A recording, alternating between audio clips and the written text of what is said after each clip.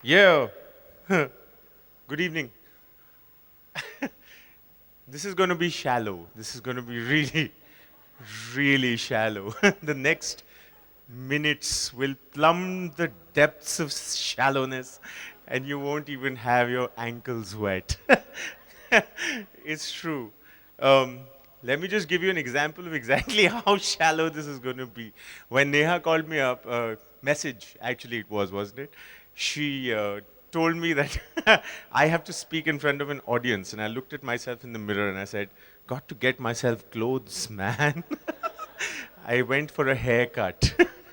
This is how shallow this is going to be. When she sent me a message, um I was looking at, I was in office, I was looking at Facebook. It's a banned activity in office, but us menials who've been there for a very, very long time can flout a few rules. So I was looking at it, and it was very strange. She told me that the topic is change. And I was looking at my photograph from my school days. I had sunken cheeks. More importantly, I had a concave stomach. And I was sitting in a pose where two of my very important fingers were up to the world. And I was thinking, wow, that's how stupid I used to be, thinking the length of two fingers is the barometer of cool. Then I went through lots of trials and tribulations, even cried in front of God to give me a job on radio. And I got it. And that was a change, getting something so cool. And now that I have what people think is a cool job, the change in my thinking is that I want that concave stomach that I had. Not necessarily the fingers, but definitely the concave stomach. And that made me think, probably talking about change, everyone says things need to change, need to move forward.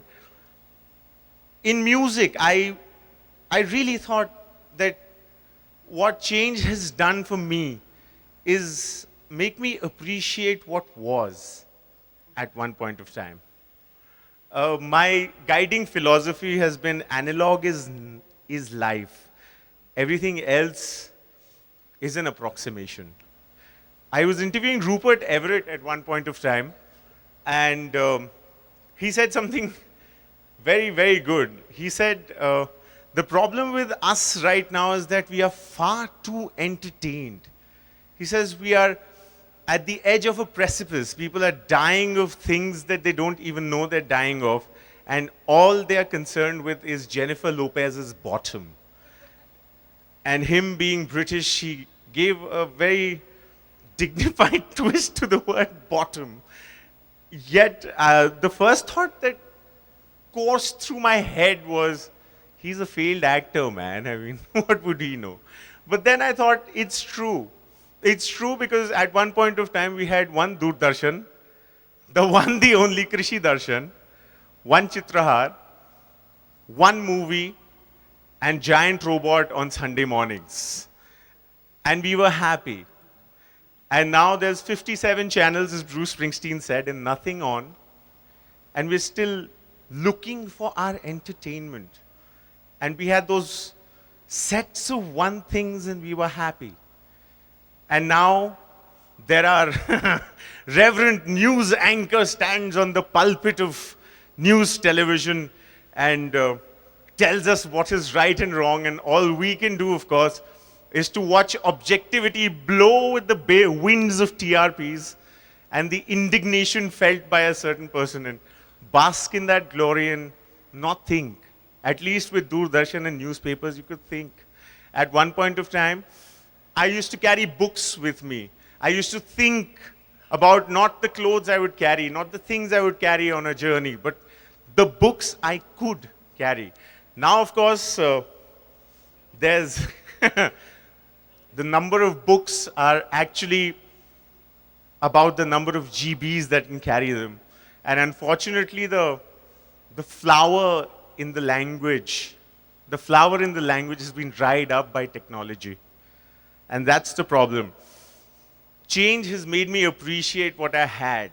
Change has made me appreciate the crackle and the farts of vinyl. Because right now, things that I used to tell my dad were worth throwing out are some things that would make me buy a new house. Vinyl is back. Analog is back. And I thought, change, I don't know about change, but yes, I don't know if you watched this year's Grammy Awards. This year's Grammy Awards had Dave Grohl, and Dave Grohl won the Grammy for the best rock performance. He won about 4 or 5 Grammys, and he came onto the stage and he said a very good thing. He said, this Grammy is not about winning. This Grammy is for every time someone steps in front of the mic and uses it. This Grammy is for every time somebody picks up an instrument and plays it. This is for all of those people who have tried to learn. It's not about being right or wrong. It's about what goes in here and what goes in here. That's important. And this Grammy is for that. And that's what change has done for me. It has made me appreciate the fact that when I started radio, it was about playing spools. It was about putting that needle onto that vinyl and getting it right. And that sense of wonder that you used to get when you used to get it right. That's what change is for me. It's so black and white nowadays, isn't it? This is good, this is not. This is politically correct, this is not. This is Apple, this is not. And really, it's all about technology. It's all about how we can fit in too much into too little. While at one point of time, we could drive our car and not think about who'd rear end us. We could enjoy spaces. And we could know that freedom is not just when there's nothing left to change, which is what Janis Joplin said, if you remember that song.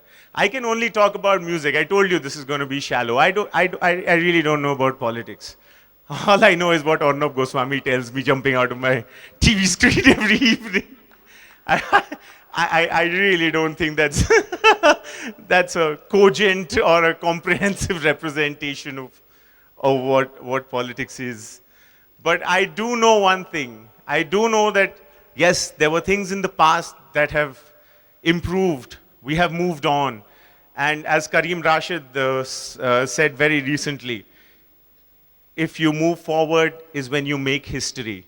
If you keep looking back, you will always use history.